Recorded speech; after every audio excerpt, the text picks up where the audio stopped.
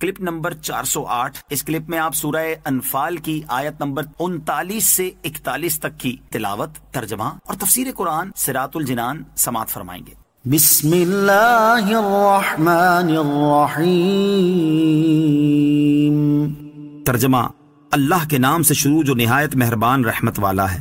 وَقَاتِلُوهُمْ حَتَّى لَا تَكُونَ فِتْنَةٌ وَيَكُونَ الدِّينُ كُلُّهُ لِلَّهِ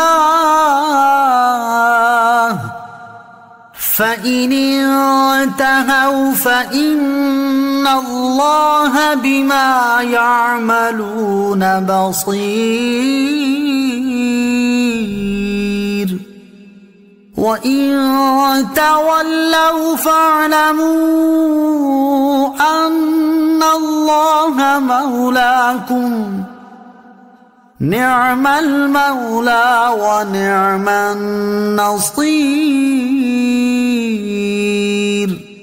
ترجمہ، اور ان سے لڑو یہاں تک کہ کوئی فساد باقی نہ رہے اور سارا دین اللہ ہی کا ہو جائے، پھر اگر وہ باز آ جائیں تو اللہ ان کے کام دیکھ رہا ہے، اور اگر یہ روگردانی کریں تو جان لو کہ اللہ تمہارا مددگار ہے، کیا ہی اچھا مولا اور کیا ہی اچھا مددگار۔ وَقَاتِلُوهُمْ حَتَّى لَا تَكُونَ فِتْنَةٌ، اور ان سے لڑو یہاں تک کہ کوئی فساد باقی نہ رہے۔ اس آیت اور اس کے بعد والی آیت کا خلاصہ یہ ہے کہ اے ایمان والو، ان کافروں سے لڑو یہاں تک کہ شرک کا غلبہ نہ رہے اور اللہ تعالیٰ کا دین اسلام غالب ہو جائے، پھر اگر وہ اپنے کفر سے باز آ جائیں تو اللہ تعالیٰ ان کے کام دیکھ رہا ہے، وہ انہیں اس کی اور ان کے اسلام لانے کی جزا دے گا، اور اگر یہ لوگ ایمان لانے سے روگردانی کرے تو جان لو کہ اللہ تعالیٰ تمہارا مددگار ہے، تم اسی کی مدد پر بھروسہ رکھو اور ان کی دشمنی کی پرواہ نہ کرو، اور اللہ تعالیٰ کیا ہی اچھا مولا اور کیا ہی اچھا مددگار ہے۔ وَاعْلَمُوا أَنَّمَا غَنِمْتُم مِّن شَيْءٍ فَأَنَّ لِلَّهِ خُمُسَهُ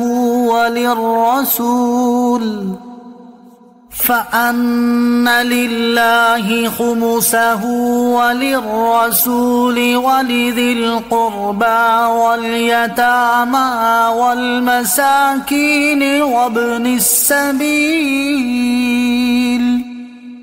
إِن كُنتُمْ آمنتم بِاللَّهِ وَمَا أَنزَلْنَا عَلَى عَبْدِنَا يَوْمَ الْفُرْقَانِ يَوْمَ الْتَقَى الْجَمْعَانِ وَاللَّهُ عَلَى كُلِّ شَيْءٍ قَدِيرٌ۔ ترجمہ، اور جان لو کہ تم جو مال غنیمت حاصل کرو تو اس کا 5واں حصہ خاص اللہ کے لیے اور رسول کے لیے اور رسول کے رشتہ داروں کے لیے اور یتیموں اور مسکینوں اور مسافروں کے لیے ہے، اگر تم اللہ پر اور اس پر ایمان رکھتے ہو جو ہم نے اپنے خاص بندے پر فیصلے کے دن اتارا، جس دن دونوں فوجیں آمنے سامنے ہوئی تھیں، اور اللہ ہر شے پر قادر ہے۔ وَاعْلَمُوا أَنَّمَا غَنِمْتُم مِّن شَيْءٍ، اور جان لو کہ تم جو مال غنیمت حاصل کرو۔ اس آیت میں اللہ تعالیٰ نے مال غنیمت کا حکم اور اس کی تقسیم کا طریقہ بیان فرمایا ہے۔ مال غنیمت کا حکم اور اس کی تقسیم کا طریقہ۔ مال غنیمت کے حکم اور اس کی تقسیم سے متعلق چند مسائل سماعت کیجیے۔ نمبر 1، مال غنیمت میں سے خمس یعنی 5واں خاص اللہ عز و جل اور اس کے رسول صلی اللہ تعالی علیہ وسلم کے لیے ہے۔ 5واں حصہ نکال کر باقی 4 حصے مجاہدین پر تقسیم کر دیے جائیں گے، اور مال فے مکمل طور پر بیت المال میں رکھا جائے گا۔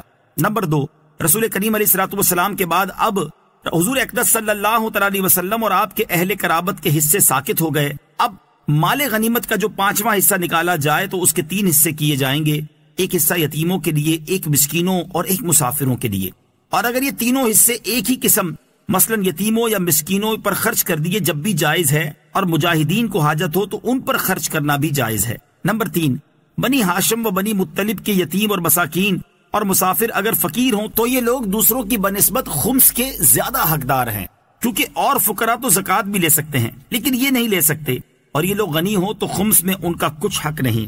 نمبر 4، خمس کے علاوہ باقی 4 حصے مجاہدین پر اس طرح تقسیم کیے جائیں گے کہ سوار کو پیدل کے مقابلے میں دگنا ملے گا، یعنی ایک اس کا حصہ اور ایک گھوڑے کا، اور گھوڑا عربی ہو یا کسی اور قسم کا، سب کا ایک حکم ہے۔ لشکر کا سردار اور سپاہی دونوں برابر ہیں، یعنی جتنا سپاہی کو ملے گا اتنا ہی سردار کو بھی ملے گا۔ اونٹ اور گدھے اور خچر کسی کے پاس ہوں تو ان کی وجہ سے کچھ زیادہ نہ ملے گا، یعنی اسے بھی پیدل والے کے برابر ملے گا، اور اگر کسی کے پاس چند گھوڑے ہوں جب بھی اتنا ہی ملے گا جتنا ایک گھوڑے کے لیے ملتا تھا۔ نوٹ: غنیمت کے مزید مسائل جاننے کے لیے بحر شریعت حصہ 9 سے غنیمت کا بیان مطالعہ کیجیے۔ یوم التقى الجمعان، جس دن دونوں فوجیں آمنے سامنے ہوئی تھیں، اس دن سے روزے بدر مراد ہے، اور دونوں فوجوں سے مسلمانوں اور کافروں کی فوجیں مراد ہیں، اور یہ واقعہ 17 رمضان کو پیش آیا۔ صحابہ کرام رضی اللہ تعالیٰ عنہم کی تعداد 310 سے کچھ زیادہ تھی، اور مشرکین 1000 کے قریب تھے۔ اللہ تعالیٰ نے انہیں ہزیمت دی، ان میں سے 70 سے زیادہ مارے گئے اور اتنے ہی گرفتار ہوئے۔ صلو علی الحبیب صلی اللہ تعالی علی محمد صلی اللہ تعالی وسلم۔